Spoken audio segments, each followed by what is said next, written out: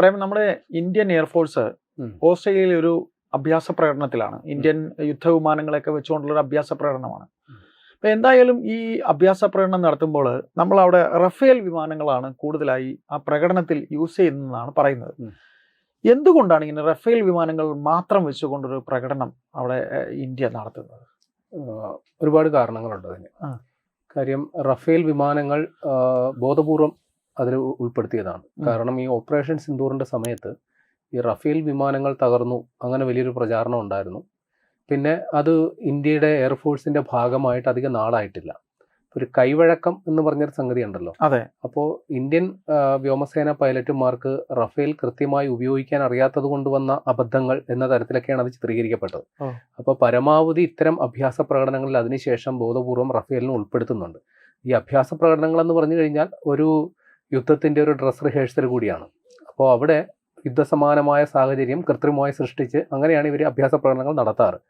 അപ്പോൾ പരമാവധി ഇത്തരം സാഹചര്യങ്ങൾ പ്രയോജനപ്പെടുത്തുക എന്നുള്ളൊരാവശ്യം ഇന്ത്യക്കുണ്ട്. അതുകൊണ്ടാണ് ഇതിൽ പങ്കെടുക്കുന്നത്. പിന്നെ എന്തുകൊണ്ട് ഇത് ഇത്ര വലിയ വാർത്താ പ്രാധാന്യം കിട്ടുന്നു എന്ന് പറഞ്ഞു കഴിഞ്ഞാൽ അതിനും ചില സംഗതികളുണ്ട്. അപ്പോൾ എന്താണ് സംഗതി എന്ന് പറയാം. ഇത് ഓസ്ട്രേലിയ ആതിഥേയത്വം വഹിക്കുന്ന എക്സർസൈസ് പിച്ച് ബ്ലാക്ക് എന്നാണ് ഈ അഭ്യാസ പ്രകടനത്തിൻ്റെ പേര്. അപ്പോൾ പിച്ച് ബ്ലാക്ക് എന്ന് പറഞ്ഞാൽ ഇരുട്ട് എന്നൊക്കെയാണ് അർത്ഥം. ഇത്തരം വിമാനങ്ങളുടെ അഭ്യാസ പ്രകടനങ്ങൾ ഏറെ നടക്കുന്നത് വെളിച്ചമില്ലാത്ത സമയത്ത്, ഒന്നെങ്കിൽ സന്ധ്യ സമയത്തോ അല്ലെങ്കിൽ രാത്രിയിലോ ആ സമയത്തൊക്കെ ഉള്ള പരിപാടികളാണ് ഇവിടെ നടക്കുന്നത്. അപ്പോൾ ഇത് ഓസ്ട്രേലിയ അവരുടെ സ്വന്തം എയർഫോഴ്സിന് വേണ്ടി 1981 തുടങ്ങിയ ഒരു പരിപാടിയായിരുന്നു. പക്ഷേ 90കളിൽ അവരുടെ വിവിധ സൗഹൃദ രാഷ്ട്രങ്ങളെ പങ്കെടുപ്പിച്ചുകൊണ്ട് ഇത് വിപുലമാക്കി. പിന്നീട് അത് ക്വാഡ് കൂട്ടായ്മയുടെ ഭാഗം എന്ന തരത്തിൽ, അതായത് ചൈനയ്ക്കെതിരെ അണിനിരക്കുന്ന ശക്തികൾ, അത് അമേരിക്കയുണ്ട്, ഓസ്ട്രേലിയയുണ്ട്, ജപ്പാനുണ്ട്, ഇന്ത്യ, ഈ 4 രാഷ്ട്രങ്ങളാണ് അടിസ്ഥാനപരമായിട്ട് ഇതിലുള്ളത്. ഇപ്പോൾ അതിൽ അംഗസംഖ്യ 20ആണ്. 20 രാഷ്ട്രങ്ങൾ. അതിപ്പോൾ പറയുകയാണെങ്കിൽ പ്രബല ശക്തികളെന്ന് പറഞ്ഞാൽ ഫ്രാൻസ്, ജർമ്മനിയൊക്കെ ഉണ്ട്. പിന്നെ Brunei, Fiji, Finland, Indonesia, Malaysia, New Zealand, അങ്ങനെ കുറേ അധികം രാജ്യങ്ങൾ, 20 ഇത് ഇൻഡോ പസഫിക് മേഖലയിലെ ഏറ്റവും ബൃഹത്തായ വ്യോമാഭ്യാസ പ്രകടനങ്ങളിൽ ഒന്നാണ്.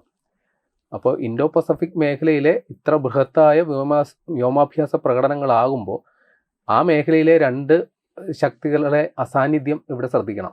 ഒന്ന് ചൈന, മറ്റൊന്ന് പാകിസ്ഥാൻ. ഈ 2 പേരെ ഇങ്ങോട്ട് അടുപ്പിക്കുന്നേ ഇല്ല. അല്ലെങ്കിൽ ഇവർക്കെതിരായിട്ടാണ് ഈ അഭ്യാസ പ്രകടനം എന്ന് പറഞ്ഞാലും അതിൽ തെറ്റൊന്നുമില്ല. അവർ കാണാൻ കൂടെ വേണ്ടിയാണ്. അപ്പൊ ചൈനയ്ക്കെതിരെ ഇപ്പോൾ ഈ പറയുന്ന അഭ്യാസ പ്രകടനം, ഇപ്പൊ ക്വാഡ് കൂട്ടായ്മ എന്ന് പറയുന്നത് തന്നെ ചൈനയ്ക്കെതിരായിട്ടുള്ളതാണ്. പക്ഷെ പാകിസ്ഥാൻ അതിൽ കക്ഷിയല്ല. എന്നിട്ട് പോലും പാകിസ്ഥാൻ ഇതിൽ യാതൊരു പങ്കാളിത്തവും ഇല്ല. പാകിസ്ഥാൻ അവർക്ക് അത്തരം അഭ്യാസ പ്രകടനങ്ങൾ നടത്തണമെങ്കിൽ ഒന്നെങ്കിൽ ചൈനയുമായിട്ട് ഏതെങ്കിലും തരത്തിൽ വാങ്ങിക്കണം, ചൈനയുമായിട്ട് സഹകരിച്ച് എന്തെങ്കിലും അഭ്യാസ പ്രകടനങ്ങൾ നടത്തുക, അല്ലെങ്കിൽ അവരുടെ സൗഹൃദ രാഷ്ട്രം, ഇപ്പൊ അമേരിക്കയായിട്ട് പോലും, അതായത് ഈ 2 ടീമുകൾ മാത്രം പങ്കെടുക്കുന്ന തരത്തിലുള്ള അഭ്യാസ പ്രകടനങ്ങളാണ് പാകിസ്ഥാൻ ഏറെയും കോൺസെൻട്രേറ്റ് ചെയ്യുക. ഇത്തരം വലിയ വലിയ കൂട്ടായ്മകളിൽ പാകിസ്ഥാൻ അവർക്ക് എന്തോ ഒരു ഐറ്റം, സാധനങ്ങൾ വേണ്ടേ? സാധനമൊക്കെ ആവശ്യത്തിനുണ്ട്. നമ്മൾ പാകിസ്ഥാൻ അങ്ങനെ വില കുറച്ച് കാണേണ്ട കാര്യമൊന്നുമില്ല. ചൈനീസ് നിർമ്മിതമായ വിമാനങ്ങൾ അവരുടെ ആവശ്യത്തിനുണ്ട്. പക്ഷെ ഇത്തരം വലിയ വലിയ വേദികളിലോട്ടൊന്നും പാകിസ്ഥാന് വാസ്തവത്തിൽ ക്ഷണമില്ല എന്നുള്ളതാണ്.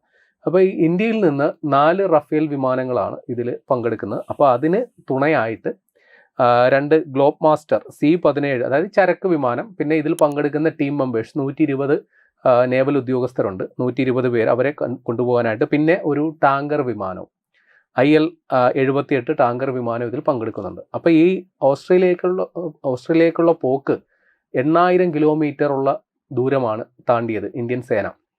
അപ്പോൾ പോകുന്ന വഴിക്ക് മലേഷ്യയിലൊന്നിറങ്ങി, പിന്നെ ഇന്തോനേഷ്യയുടെ ആകാശത്ത് വെച്ച് ഈ റഫേൽ വിമാനം റീഫ്യൂവൽ ചെയ്തു, ഇന്ധനം നിറച്ചു.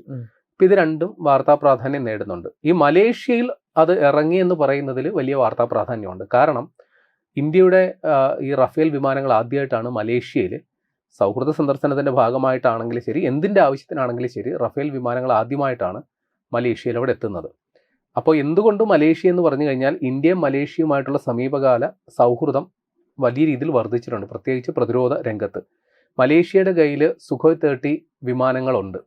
അപ്പോൾ ഇന്ത്യയിൽ സുഖോയ് 30 വിമാനങ്ങൾ റഷ്യൻ സാങ്കേതിക വിദ്യയുടെ സഹായത്തോടെ നിർമ്മിക്കുന്നുണ്ട്. അപ്പോൾ ഇന്ത്യ മലേഷ്യയ്ക്ക് ഒരു ഓഫർ കൊടുത്തിരുന്നു, നിങ്ങളുടെ സുഖോയ് 30 വിമാനങ്ങൾ ഞങ്ങൾ സർവീസ് ചെയ്ത് തരാം. ഈ ഓഫർ നിലനിൽക്കെ തന്നെയാണ് ഇന്ത്യയുടെ റഫേൽ വിമാനങ്ങൾ അവിടെ പോയി ഇറങ്ങുന്നത്. ഈ മലേഷ്യ റഫേൽ വിമാനങ്ങൾ വാങ്ങാനും പദ്ധതിയിടുന്നുണ്ട്. അതൊരു പക്ഷേ ഫ്രാൻസിൽ നിന്ന് നേരിട്ട് വാങ്ങാനായിരിക്കും അവർ ഉദ്ദേശിക്കുന്നത്. അപ്പോഴും അതിലും ഒരു ഇന്ത്യൻ കോൺട്രിബ്യൂഷൻ ഉണ്ടാകാൻ സാധ്യതയുണ്ട്. കാരണം ഈ ഫ്രാൻസിൻ്റെ നിർമ്മാണ കമ്പനിയായ ദസോത്ത് ഏവിയേഷൻസ് അവർ നമ്മുടെ ടാറ്റയുമായിട്ടൊരു ടൈപ്പ് ഉണ്ടാക്കിയിട്ട് ഈ റഫേൽ വിമാനങ്ങളുടെ ഫ്യൂസലേജ് അത് ഇന്ത്യയിൽ നിർമ്മിക്കാനായിട്ട് നിലവിൽ ധാരണയായിട്ടുണ്ട്. ഫ്യൂസലേജ് എന്ന് പറഞ്ഞാൽ അതിൻ്റെ ബോഡി പാർട്ടാണ്. അപ്പോൾ ഇത് പൂർണ്ണമായും നിർമ്മിച്ച് അത് ഫ്രാൻസിലേക്ക് കൊണ്ടുപോയി അവിടെ അസംബിൾ ചെയ്തായിരിക്കും ഇത് ഫൈനൽ പ്രൊഡക്റ്റായിട്ട് ഇറങ്ങുക. ഒരു പക്ഷേ മലേഷ്യ ആ വിമാനമായിരിക്കും വാങ്ങുക. മറുപക്ഷേ ഇന്ത്യ ഒരു 114 റഫേൽ വിമാനങ്ങൾ പുതിയതായിട്ട് വാങ്ങാൻ ഉദ്ദേശിക്കുന്നുണ്ട്.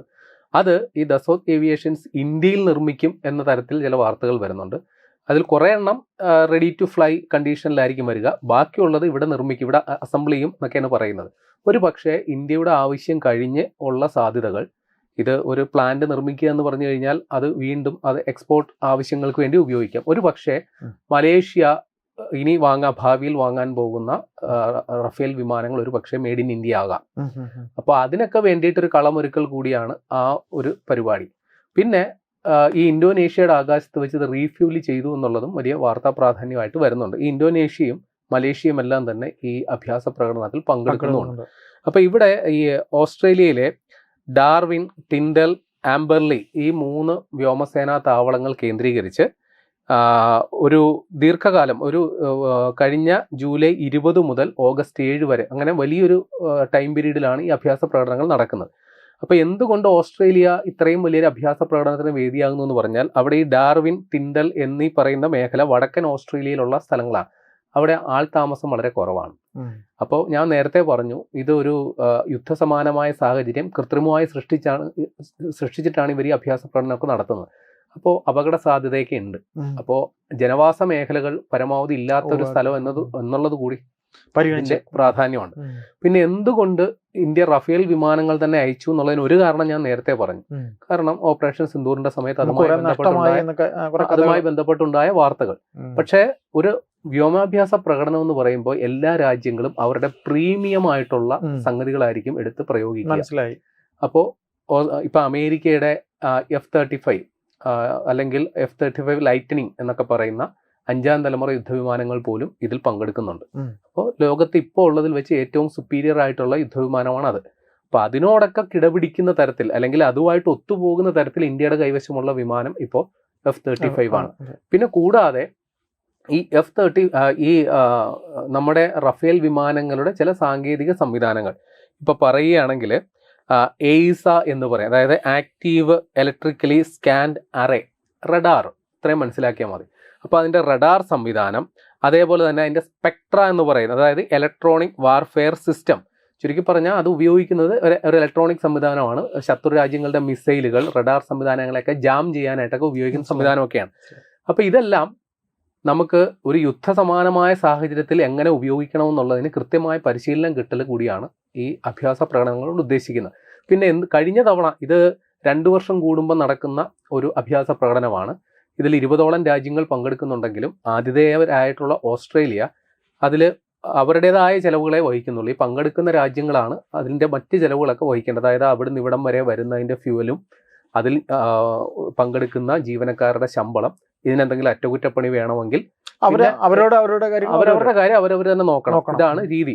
അപ്പോൾ എന്തുകൊണ്ട് ഇന്ത്യ കഴിഞ്ഞ തവണ വരെ സുഖോയ് 30 ഇന്ത്യൻ നിർമ്മിത സുഖോയ് 30 ആയിരുന്നു പങ്കെടുപ്പിച്ചുകൊണ്ടിരുന്നത്.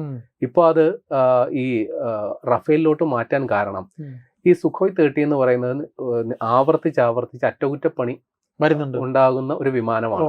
അപ്പോൾ അതിന്റെ റെഡിനെസ്, ഒരു പെട്ടെന്നൊരു അടിയന്തര സാഹചര്യം വന്നു കഴിഞ്ഞാൽ അതിന്റെ റെഡിനെസ് 60%. പക്ഷെ റഫേലിന് 75% ഉണ്ട്. അപ്പോൾ കുറെ കൂടി പെട്ടെന്നൊരു സാഹചര്യം വന്നാൽ പെട്ടെന്നൊരു യുദ്ധം പെട്ടെന്ന് പുറപ്പെടാൻ പറഞ്ഞു കഴിഞ്ഞാൽ ആ രീതിയിലുള്ള സംഗതി കൂടിയുണ്ട്. അപ്പൊ ഈ രീതിയിലാണ് നമ്മൾ ഈ വ്യോമാഭ്യാസ പ്രകടനത്തിൽ പങ്കെടുക്കുന്നത്.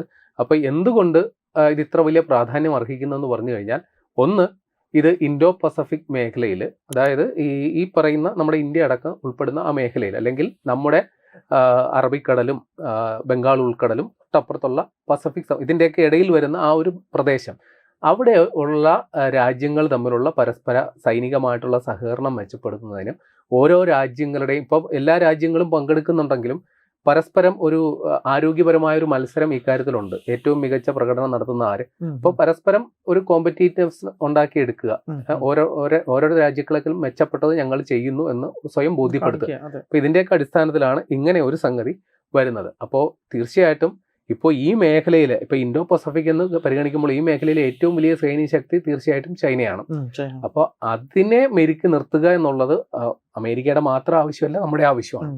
കൂടാതെ പാകിസ്ഥാൻ ഇതിൽ പങ്കെടുക്കുന്നില്ല എന്നുള്ളതും ഇതിന്റെ ഒരു പ്രാധാന്യമാണ്.